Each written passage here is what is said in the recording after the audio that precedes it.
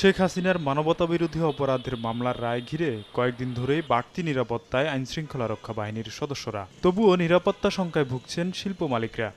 বর্তমান যে পরিস্থিতি, এই পরিস্থিতি নেগেটিভ থাকবে, আরও নেগেটিভ হবে। কারণ হচ্ছে, প্রথম কারণ হচ্ছে যে এখনও একটা স্থিতিশীল রাজনৈতিক সরকার এখনও আসেনি, এটা একটা কারণ। আর দ্বিতীয়ত কারণ হচ্ছে যে আমাদের গ্যাস বিদ্যুতের যে সংকট, এটা কিন্তু এখনও কাটেনি। এই ধরনের একটা পরিস্থিতিতে কিছুটা যখন শঙ্কা কারণ হয়ে দাঁড়ায়, তখন কিন্তু বিনিয়োগকারী বলেন বা আমাদের বায়াররা বলেন, তারা কিন্তু ভিজিটে আসতে চায় না। এদিকে বাংলাদেশ থেকে পোশাক ও অন্যান্য পণ্য ক্রয় করে এমন কয়েকটি ইউরোপীয় ক্রেতা প্রতিষ্ঠানের কর্মকর্তারা জানান, নিরাপত্তা বিবেচনায় কারখানা পরিদর্শনের পরিকল্পনা সাময়িকভাবে স্থগিত করেছেন তারা। বাংলাদেশের সাম্প্রতিক সরকার পরিবর্তনের পর এখনও নির্বাচিত কোনো সরকার গঠিত হয়নি। এ কারণে নতুন বিনিয়োগ বা কারখানা সম্প্রসারণের বিষয়ে আমরা আপাতত অপেক্ষা করছি।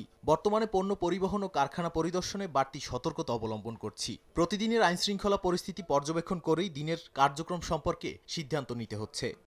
রাজনৈতিক সংকটের কারণে টানা ৩ মাস ধরে কমছে দেশের সার্বিক পণ্য রপ্তানি।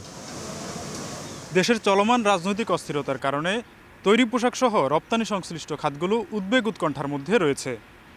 তবে মালিকপক্ষ মনে করছে, প্রশাসনের কঠোর নজরদারি থাকলে রপ্তানিতে কোনো প্রভাব পড়বে না। তোফাজ্জল হোসাইন, সময় সংবাদ, ঢাকা।